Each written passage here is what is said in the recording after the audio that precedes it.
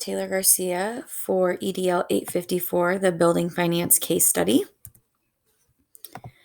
So first we're going to summarize the case. So far what has happened is that Briardale Elementary School's foundation, which is run by parents, is planning a raffle for cash fundraising event.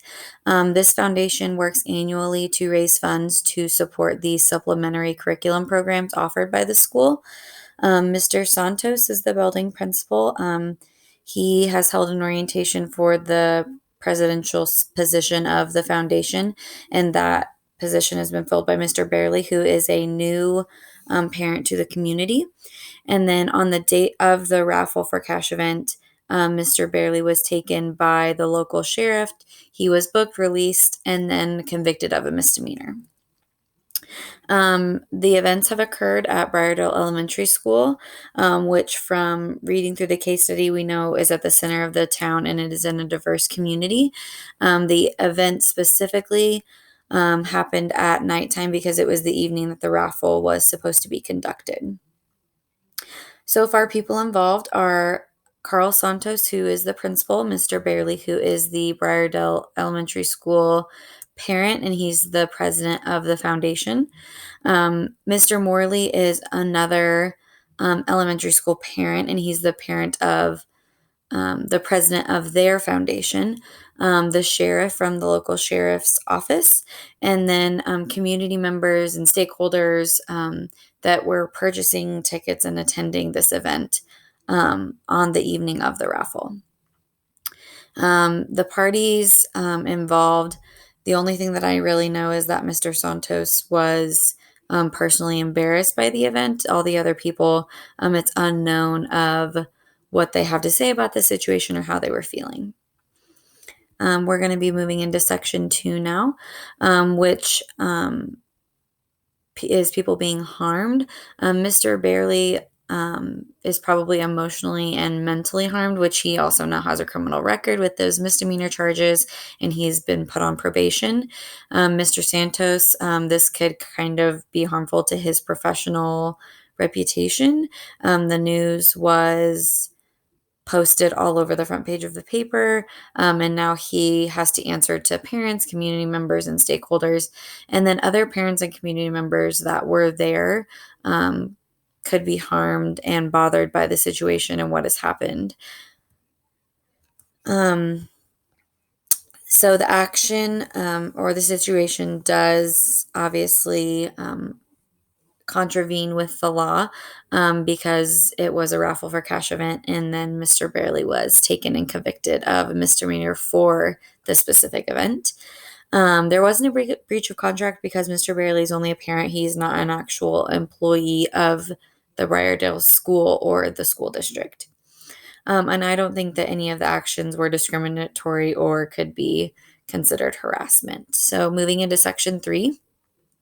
So far, exactly what has happened is that Briardale Foundation President, Mr. Barely, has been charged with a misdemeanor and released on probation for organizing and hosting a raffle for cash event as a way to raise funds for that supplementary curriculum program for the Briardale Elementary School students. So far, what we know, the foundation is run by parents. Every year, their goal is to raise funds for these programs. They were hosting a raffle for cash event. Mr. Barely is the president and new to the community. He was taken away by the local sheriff, and the raising of funds by the school's foundation was or had turned into a bit of a competition from school to school. Something that's unknown is how much money was raised, who was handling the funds that were raised, how did the sheriff find out about this event? That's kind of an unknown. Was it made by another parent who's maybe intimidated of them making more money since it had turned into such a competition? And was Mr. Santos consulted about the fundraiser and the plans that they had for raising money? So again, the people, Mr. Santos is the principal, Mr. Barely is a parent and the president of the Briardale Foundation. Mr. Morley was a parent and president of another elementary school's foundation, the sheriff, and then community members and stakeholders. The place is Briardale Elementary School, again in the center of a town in a diverse community, and it happened in the evening. And then the programs, this is an elementary school. It's a public school, and the programs they were looking forward to funding were the supplementary programs such as art, music, foreign language, and Mr. Bailey really wanted to look into something more innovative for the Briardale students. So section 5, we're going to move into um, the conflict or the situation um, could be damaging to the community and stakeholders because there was so much negative news coverage about it. There could be a lack of trust of the Briardale Foundation moving forward for the future fundraisers, and the blame could be placed on the building principal, Mr. Santos. So some people who have an important stake would be Mr. Santos, having to consider how to handle and manage the foundation moving forward, and wanting to make sure that he has trust from district leadership as well as other parents and community members. Mr. Bailey will more than likely, I would assume, not be the Briardale Foundation president anymore following this incident. And then he's also dealing with his criminal charges. The students, they are now not going to have funds for those supplementary programs that they usually have. And then the parents could be concerned for their children's education. And that might start the change of some of the foundation routines and procedures. I don't think that stakeholders have been consulted because the foundation would not have gone forward with the raffle for cash event fundraiser had they known. I do think that there is more that I could learn. Kind of some of the things that I'd stated before, how much money was raised, where were these funds at, who was handling this money, who tipped off the sheriff, and was Mr. Santos consulted about the fundraiser, or did they just make a decision and move forward without his approval?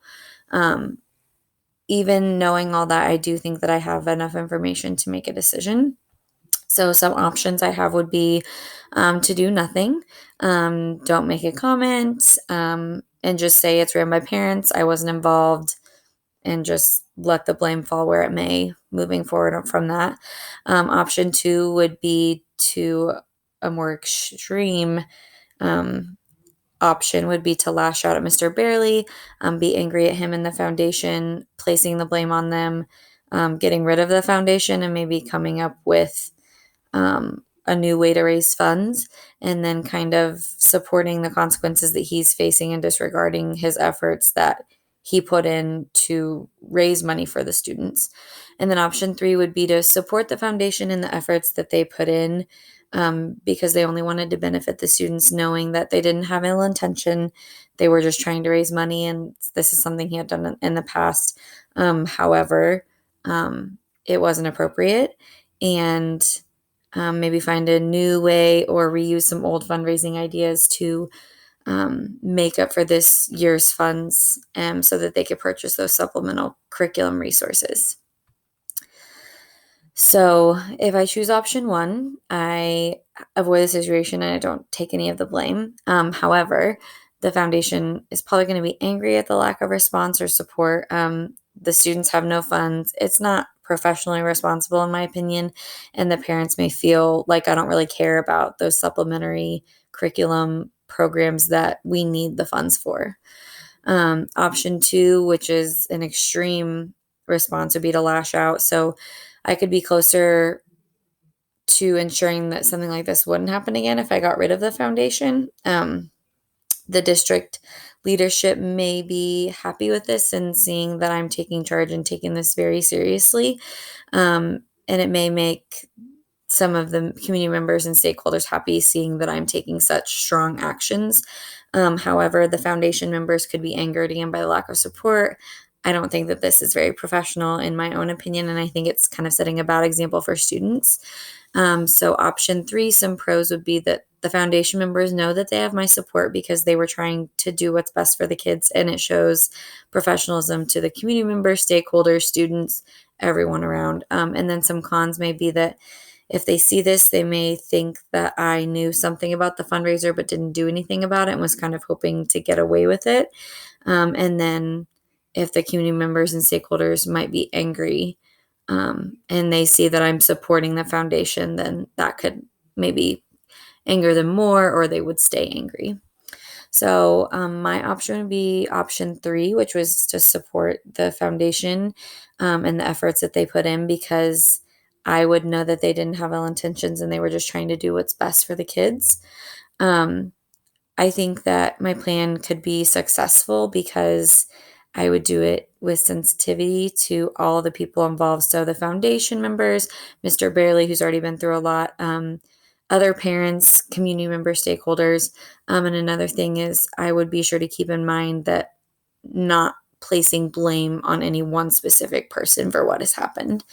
Um, at this time, that stakeholders wouldn't have been consulted, but I would consult them before moving forward with my plan, consulting the superintendent, any other district leadership personnel, sheriff's office if that would be needed, and then some of the foundation members who were heavily involved in the fundraising event. I do think I've come up with some creative options. I've kind of gone between the two extremes and found a nice middle ground, keeping everyone in mind. So if I'm choosing option 3, again, I've kind of stated why I think this would be the best option. Um, what may happen is the foundation members are going to know that they have my support because they do a lot for the school. And I think it shows professionalism again throughout the community that I just want to do what's best for the students and get them the supplementary curriculum resources that they need and deserve. So the people I would talk with again are the superintendent, other district leadership personnel, the foundation members who are heavily involved, and then parents, community member stakeholders, and then Mr. Barely. Um, if I do handle this, I do think that I could do it on my own. However, if I needed to, I would call on other district leaders to be present during meetings or statements. I don't think that because the severity and kind of traumatic way that the event ended, that I would need to warn anybody about what I was going to do in my plan of action. And my next step would be to turn to some of my district leaders who are higher up to help me and give me advice if my plan doesn't work. But I think that, again, it's been well thought through and I've considered all parties involved. And these are my references. Thank you for watching, and I hope you enjoyed the case study for EDL 854.